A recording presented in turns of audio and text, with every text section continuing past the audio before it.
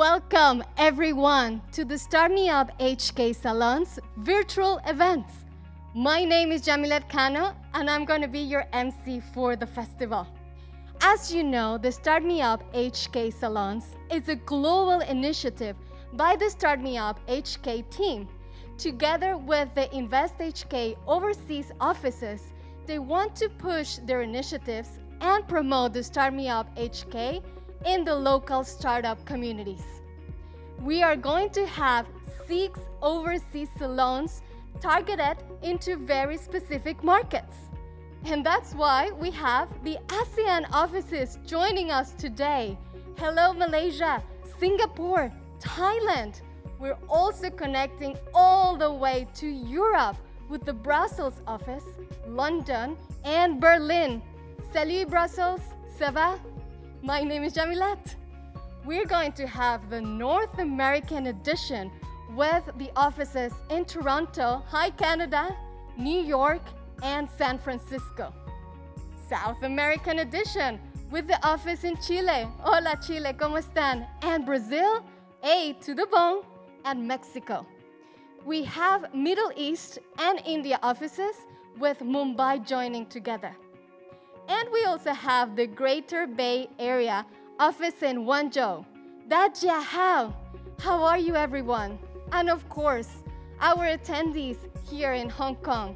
Thank you very much for joining.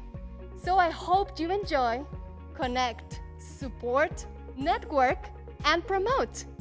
See you soon at all our events.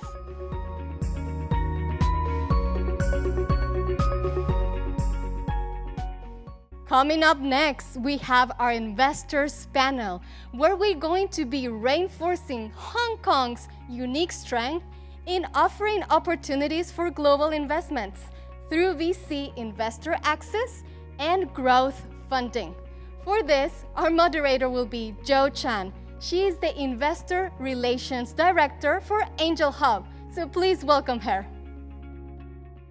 Hi everyone. Welcome to Start Me Up Hong Kong Salon event.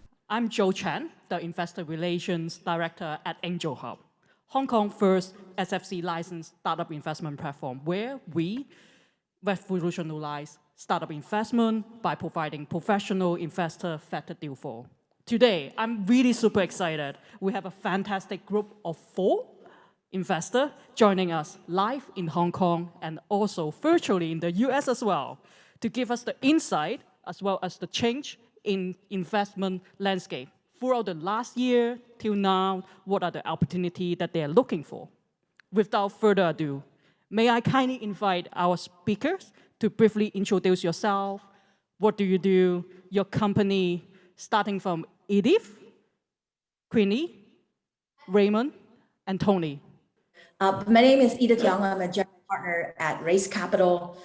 For Raise Capital, we particularly focus on seed to Series A, all things enterprise, developers tool, software infrastructure, data infrastructure, very, very much B2B. Previously, I was at 500 startups. I'm still an advisor there, did about 50 investments. And last year, I have my first IPO, which is Agora.io on NASDAQ. And historically, just many enterprise-focused companies. Maybe we start with Queenie as well. Sure. I'm Queenie, a vice president at C Ventures. C Ventures is a global venture capital focusing on consumer and technology sector, targeting millennials and Generation Z. I myself am dedicated to consumer investment, and I focus a lot on fashion, beauty, and lifestyle opportunities. Hi, I'm Raymond Wong, Head of Investments of Hong Kong Science and Technology Park, which is a statutory body with a mission to grow innovation and technologies in Hong Kong. We have about 1,000 companies in the park, about 500 of which are incubators. And we support the Hong Kong with a lot of different co-investors. Hey guys, so I'm Tony, so I'm with Gobi Progress. We are a Pan-Asia venture capital firm with offices in over 13 cities around Asia. So we mainly have offices here in China, in Southeast Asia, and also in the Middle East. And I'm here with the Hong Kong office.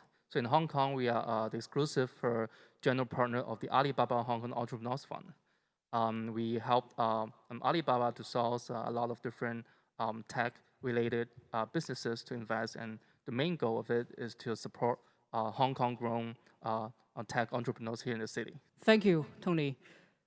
Speaking of Alibaba Entrepreneur Fund, a report recently released by you guys and KPMG showing that startups in Hong Kong were able to raise nearly like 20 billion Hong Kong dollars of 680 deals in final year 2019-2020. Most notably, support from government incubation program almost double, reaching a 8 billion Hong Kong dollar. To all the speakers here, how do you really compare the venture capital market in 2020 and 2021 now? What are the chances that you are going to follow, and what are the sectors that you are looking into? Maybe we start with Queenie this time? Sure, no problem. I mean, this is common questions that we are often asked as well, given COVID. I would say in short, in 2021 to date, the investor appetite definitely has returned. I mean, early last year when COVID first started, many investors, including ourselves, were quite cautious because of this unprecedented challenge. And honestly, for many investors, including C Ventures, we very much focus on helping out our portfolio companies to actually manage to prepare for what's going to happen, especially like during like March, April, May last year. But I would say up to this point, many markets, especially in China, the recovery is obvious. And honestly, I mean, there are still a lot of like dry powder in investor pockets, and actually many investors are very active in terms of looking into opportunities again. So I guess in general, I would say the sentiment has certainly come back. How about yourself, Raymond? Right, we're seeing similar. I'm not going to repeat, but I just add on is that through the past 4 years, there were about $5 billion being raised in the park companies in Science Park. And we're seeing a dip last year and this year coming back. So definitely echoing what Queenie is saying. And so we are seeing that the investors are actually investing what we call the flight for quality. So we're seeing bigger deals being done. And those deals are larger with less risk. And there are a few sectors that we think are quite popular. Those are the e-commerce, the online, gaming, as well as healthcare, and also cloud computing and technologies. Those are a few sectors that we're seeing a lot of interest. How about Tony? So I totally agree with what Queenie and Raymond just said. And just want to add on a few things that, so from our observations, actually we see a lot of investors that have started to recover their appetite, but at the same time, they're more like focused on the abilities of the investee companies of monetizations, as well as if their unit economics is healthy, and also if they really have the plan of like turning the entire business into profitability as soon as possible. And I think what we have experienced in China, like in the past 20 years, about like money burning, that will be like become less and less normal. And right now, especially if we're talking about like what sectors that investors were interested in, I would summarize that as a business model that's more resilience to COVID or any other future extreme events that may be happening. Yeah, for example, right now we have a lot of enablers that's shifting the entire economy to more virtual, more online, so that it's more resilience. For example, we see a lot of like fintech as normal, and a future of work. It is a very popular topic right now. I know a lot of companies actually fall within this category, but a lot more people that's talking about this theme right now. And as well as long as AI algorithm powerhouses, so there are a lot of like professors, a lot of research team that are trying to utilize this opportunity to raise more money to create some AI algorithms to enable a lot of different transformations of industries. And there are also healthcare and online-only consumer brands, and also, especially I want to highlight is semiconductor, because when a lot of things are getting virtual and online, so the computing power is a supporting pillar of the further development. That's why we also see a lot of new projects coming out from the university or from the expat coming from the West. They are starting their own like chips making companies. How about Edif? I very much agree with my fellow speakers, investors, and some of the all their viewpoint. I think because of my focus on so much on enterprise, I would say 2020 was so much about everybody was freaking out around the world. I would say like before COVID, I probably maybe use Zoom a couple times a week. Now I spend literally 6 hours a day on Zoom. So I think a lot of the application to enable sort of the traditional business, regardless, is from all the startup like investments to, as you guys mentioned earlier, healthcare, education, shopping, everything is, you have to enable remote and online selling. Honestly, this is nothing new in China, but in many sense, I think in the non-China market, even for Hong Kong, I think there's a lot of adjustments to do, but it's because not everybody are really used to complete remote and online working. I think 2021, thanks to the stock market, last year, you wouldn't believe it was a gangbusters years for many of the IPOs, regardless of the Airbnb or of the world. One of the largest IPO was actually Snowflake's, which is all about data infrastructure and data lake.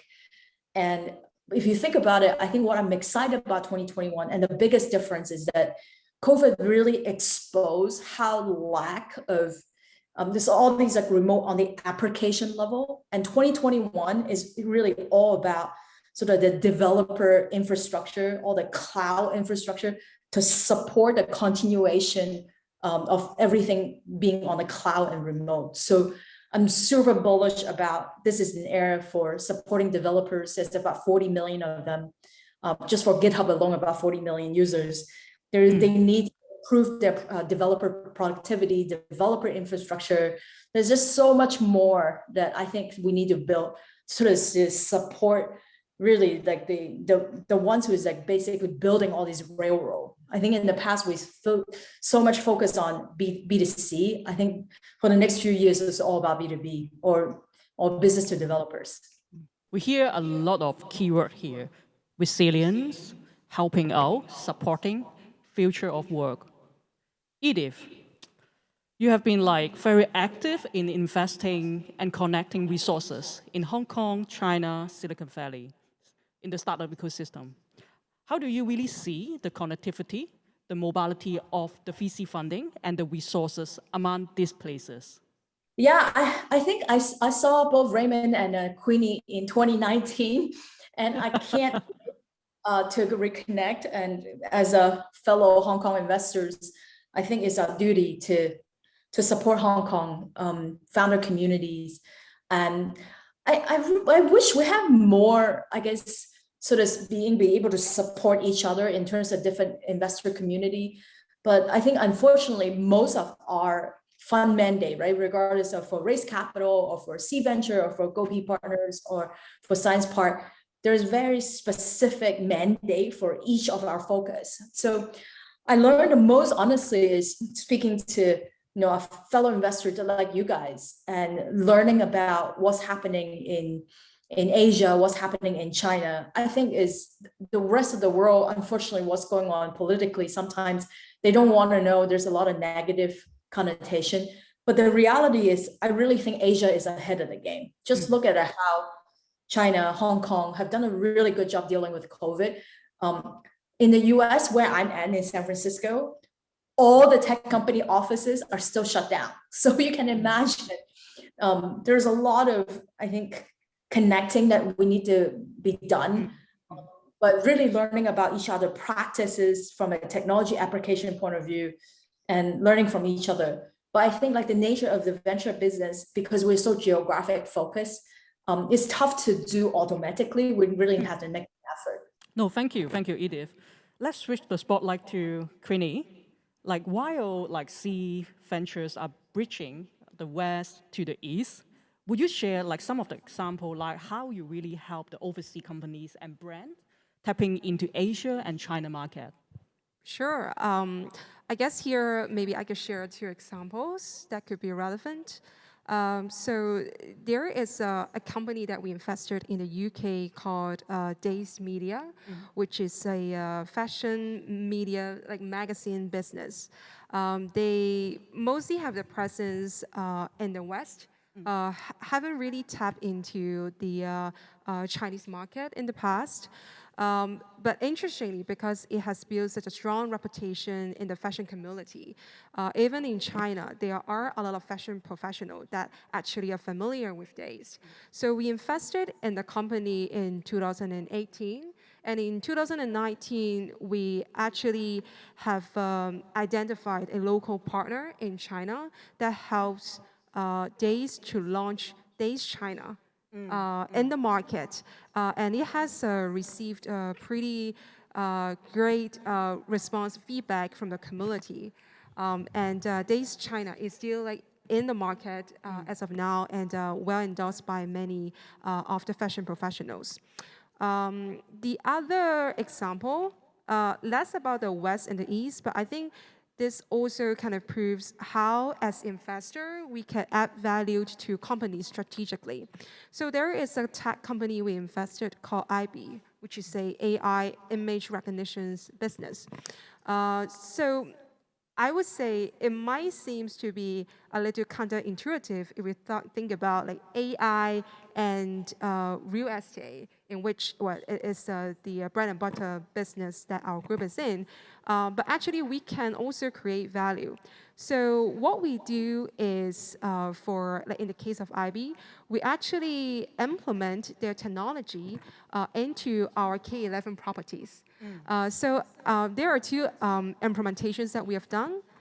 One is on the AI facial recognition and tracking that can be adopted into K11 car parks for the visitors to actually find and identify the car locations very easily. And that has been actually implemented in K11, Tianjin, Wuhan, and Guangzhou already. And the same facial recognition technology also being adopted in the K11 office buildings in the same cities as well, using for visitors to enter an office building, for example. And I think that sort of really shows the value of not just us as investors, but also it gives a very strong case that this company's technology works and actually can be implemented. And so that's what we also focus a lot as an investor on creating value for our investment. I guess soon later today that we don't really have to bring our wallet, phone anymore. Having been talking a lot into the private market, let us switch a little bit on to the government-backed program. Raymond, with your work at Hong Kong Science and Technology Park, Corporate Venture Fund, how do you facilitate Hong Kong startup investment with the government as well as the private co-investor? How easy do you think that it is to approach international venture capitals when startup fundraise in Hong Kong?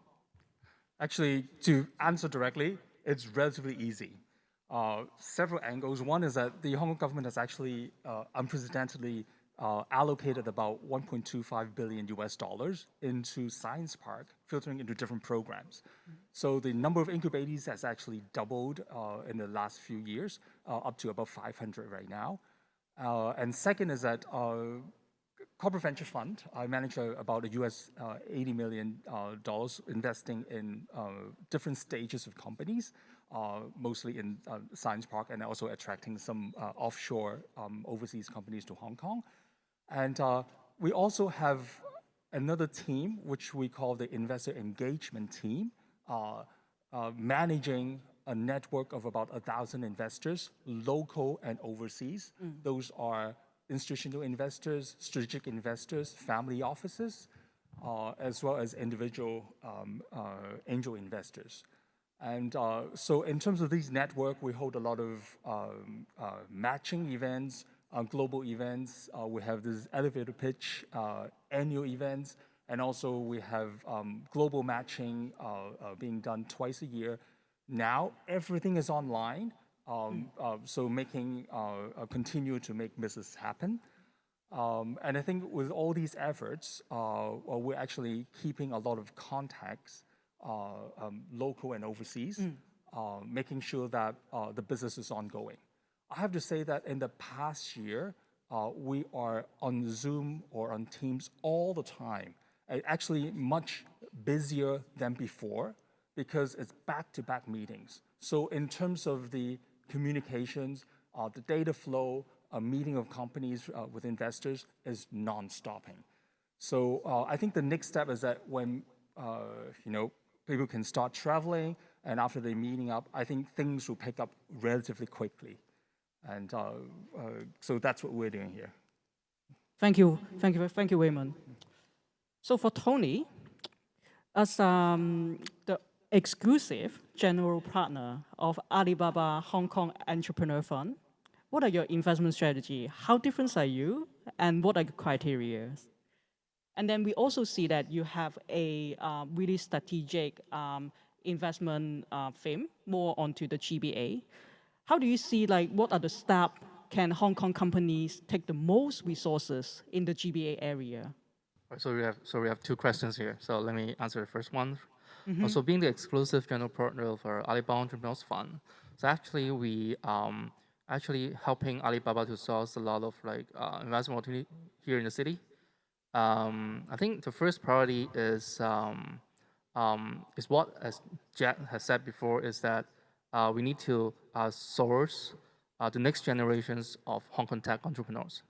So in Hong Kong, we have been a great place for a lot of different entrepreneurship in properties, in retail, but not in tech. So that's why 5 to 6 years ago, Jack started this Alibaba Hong Kong Entrepreneurs Fund, so that we, with a little bit of capital, to try to invigorate the startup community here in the city. So from our perspective, our goal is to find the next generation of Hong Kong tech entrepreneurs. So but that means, so we need to look for founders with global visions at day one. So because Hong Kong is a 7 million market, so when we are finding InvestHK companies, that particular entrepreneur must have a global visions at day one, that okay, this business or this product is going to serve the entire world. So that is the criteria number one. And number two would be they has to be have the ability to develop their own entry barrier to in order to cope with the potentials competition around the world. Yep. And then a final point is that on the GBA resources. Yep, on the GBA resources. So okay, for GBA resources, I think there are a lot of policies in the Quantum Province talk about GBA. So a lot of subsidies, a lot of policies that attracting Hong Kong entrepreneurs here to develop their own business, to order hire people, or even Hong Kong people to work in the Greater Bay Area. So I think that would be number one. And number two is that I think not many people may notice, but from our perspective, we actually see a lot of interest of global capital to the Greater Bay Area. So as Gobi, we have offices around the world. We have a gigantic LP network in the States, in Europe, in Middle East, in China, Southeast Asia, a lot of different areas of the world.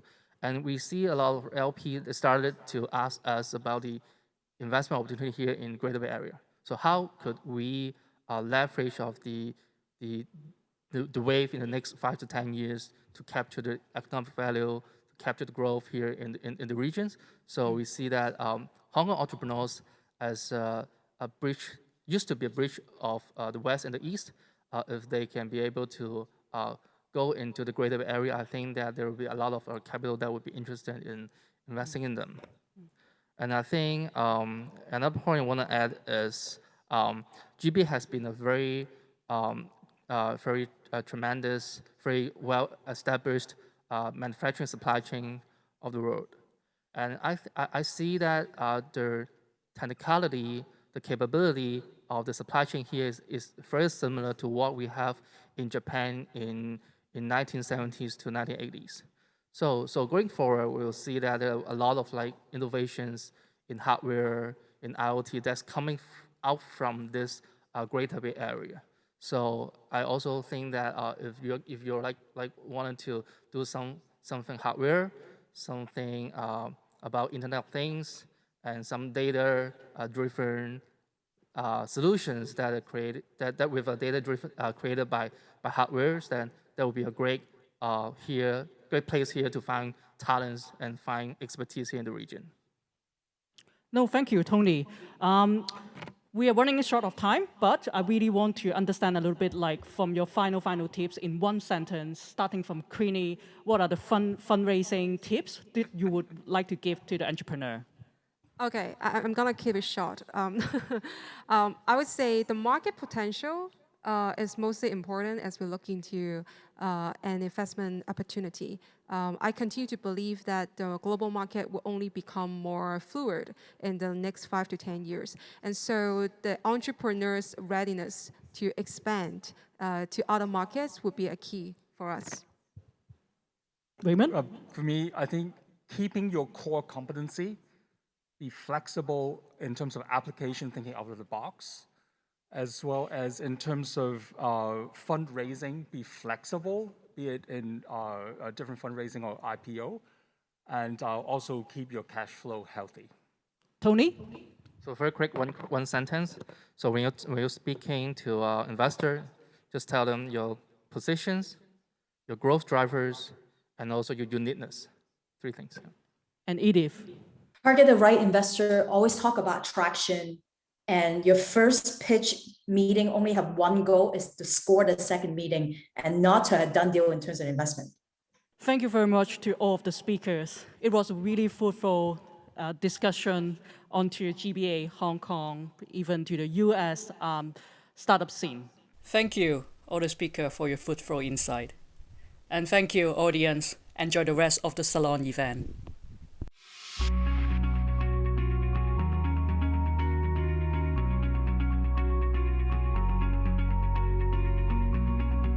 This has been an amazing journey, and thank you very much for connecting with us. I'm sure you have created and built strong relationships around the startup ecosystem. If you want to know more about the ecosystem, please make sure to connect with the StartmeupHK team. And hopefully I can see you next year so we can learn more about what's happening in innovation, startup, and anything around our ecosystems. So, see you next year. My name is Jamilet. Thank you.